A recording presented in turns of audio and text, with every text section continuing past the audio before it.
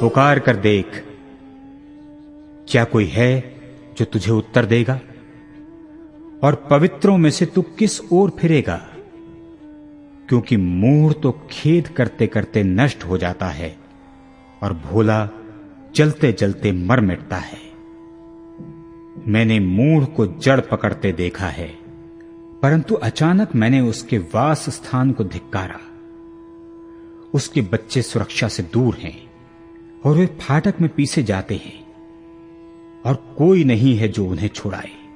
उसके खेत की उपज भूखे लोग खा लेते हैं, वरन कटीली बाड़ में से भी निकाल लेते हैं, और प्यासा उसके धन के लिए फंदा लगाता है।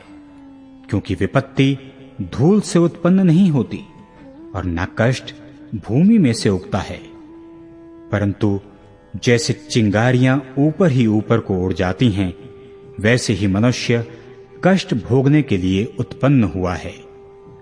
परंतु मैं तो परमेश्वर ही को खोजता रहूंगा और अपना मुकद्दमा परमेश्वर पर छोड़ दूंगा।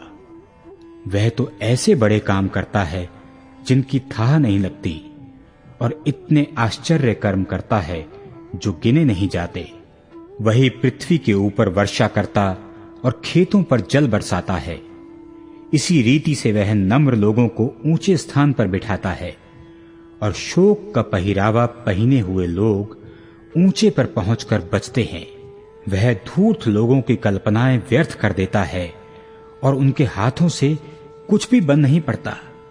वह बुद्धिमानों को उनकी धूर्तता ही में फंसाता है, और कुटिल लोगों की युक्ति दूर की जाती है। उन पर दिन का अंधेरा छा जाता है, और दिन दोपहरी में वे रात के समान टटोलते फिरते हैं। परंतु वह दरिद्रों को उनके वचन रूपी तलवार से और बलवानों के हाथ से बचाता है। इसलिए कंगालों को आशा होती है और कुटिल मनुष्यों का मुंह बंद हो जाता है। देख, क्या ही धन्य है वह मनुष्य जिसको परमेश्वर ताड़ना देता है। इसलिए तू सर्वशक्तिमान की ताड़ना को तुच्छ मत जान, क्योंकि वही घायल करता है और वही पट्टी भी बांधता है।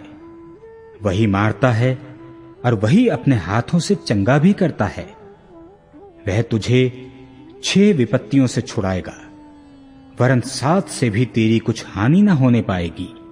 अकाल में वह तुझे मृत्यु से और युद्ध में तलवार की धार से बचा लेगा। तू वचन रूपी कीड़े से बचा रहेगा, और जब विनाश आए तब भी तुझे भय ना होगा। तू विनाश और अकाल के दिनों में हंसमुख रहेगा, और तुझे बनेले जंतुओं से डर ना लगेगा। वरन मैदान के पत्थर भी तुझसे वाचा बांधे रहेंगे, और वन पशु तुझसे मेल रखेंगे। तुझे निश्चय होगा कि तेरा डेरा कुशल से है, और जब तू अपने निवास में देखे तब कोई वस्तु खोई ना होगी। तुझे यह भी निश्चय होगा कि मेरे बहुत वंश होंगे, और मेरी संतान पृथ्वी की घास के तुल्य बहुत होगी। जैसे पूलियों का ढेर समय पर खलियान में रखा जाता है, वैसे ही तू पूरी आयु का होकर कब्र को पहुंचेगा। देख, हमने खोज खोज कर ऐसा ही पाया है। इसे तू सुन और अपने लाभ के लिए ध्यान में रख।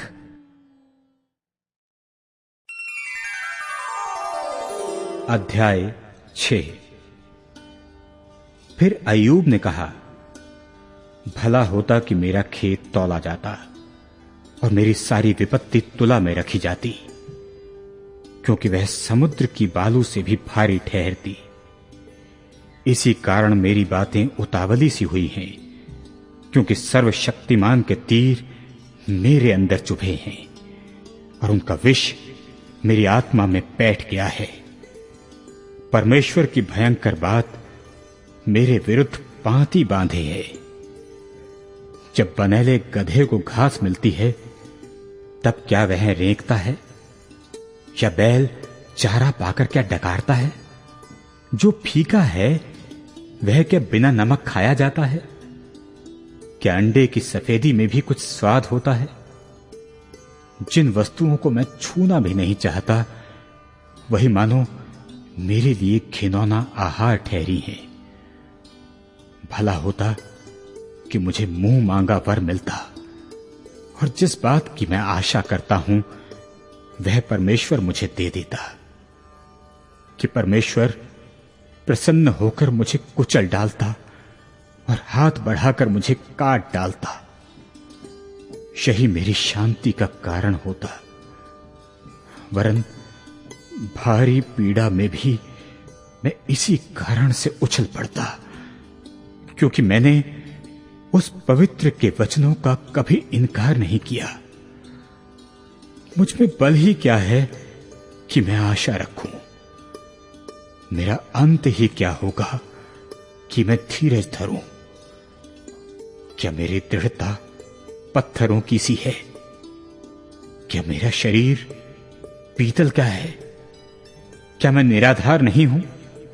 क्या काम करने की शक्ति मुझसे दूर नहीं हो गई? जो पड़ोसी पर कृपा नहीं करता वह सर्वशक्तिमान का भय मानना छोड़ देता है। मेरे भाई नाले के समान विश्वासघाती हो गए हैं, वरन उन नालों के समान जिनकी धार सूख जाती है और वे बर्फ के कारण काले से हो जाते हैं और उनमें हिम छिपा रहता है।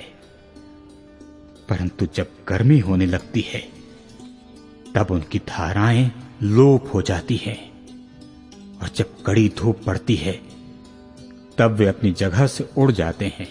वे घूमते घूमते सूख जाती और सुनसान स्थान में बहकर नष्ट होती हैं। तेमा के बंजारे देखते रहे और शबा के काफिले वालों ने उनका रास्ता देखा। वे लज्जित हुए क्योंकि उन्होंने भरोसा रखा था और वहां पहुंचकर उनके मुंह सूख गए। उसी प्रकार अब तुम भी कुछ ना रहे। मेरी विपत्ति देखकर तुम डर गए हो। क्या मैंने तुमसे कहा था मुझे कुछ दो, या अपनी संपत्ति में से मेरे लिए घूस दो, या मुझे सताने वाले के हाथ से बचाओ, या उपद्रव करने वालों के वश से छुड़ा लो? मुझे शिक्षा दो और मैं चुप रहूंगा, और मुझे समझाओ कि मैंने किस बात में चूक की है। सच्चाई के वचनों में कितना प्रभाव होता है, परंतु तुम्हारे विवाद से क्या लाभ होता है? क्या तुम बातें पकड़ने की कल्पना करते हो? निराश जन की बातें तो वायु की सी हैं।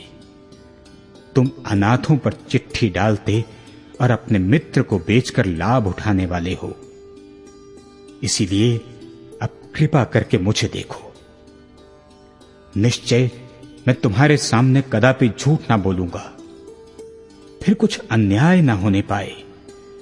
फिर इस मुकद्दमे में मेरा धर्म ज्यों का त्यों बना है। मैं सत्य पर हूं। क्या मेरे वचनों में कुछ कुटिलता है? क्यों मैं दुष्टता नहीं पहचान सकता?